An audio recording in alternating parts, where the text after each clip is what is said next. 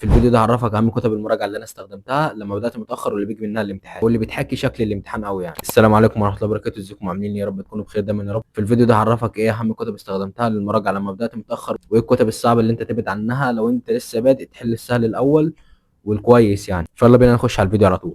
ومبدئيا انا كنت جايب كل كتب الشرح الامتحان ما عدا الاحياء، تقريبا كان كتاب اسمه الذهبي، مش عارف هو مشهور ولا ايه، بس كان كتاب اسمه الذهبي كان كويس جدا يعني.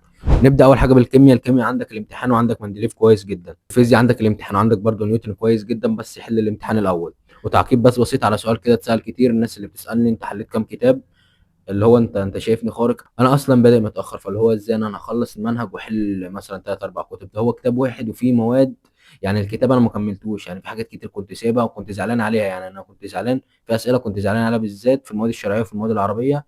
في حاجات ما لحقتش احلها لان الكتاب بيكون مليان اسئله والحل فيها بياخد وقت يعني. المواد الشرعيه والمواد العربيه الحل فيها بياخد كتابه كتير فبياخد وقت.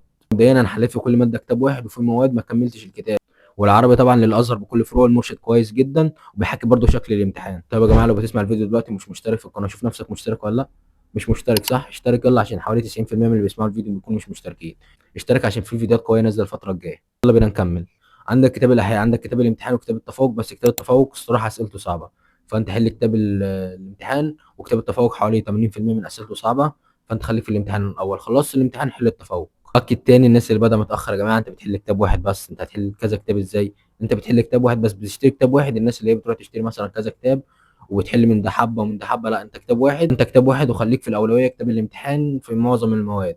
حلو، يا رب تقدر تخلصه. بالنسبه للانجليزي انا كنت باخد سنتر وبرايفت، فكنت بذاكر من مذكره المستر، وكان بيعمل لي بيصور لي ورق كتير كده احل فيه سكيلز وجرامر وحاجات زي كده، فما اشتريتش كتب.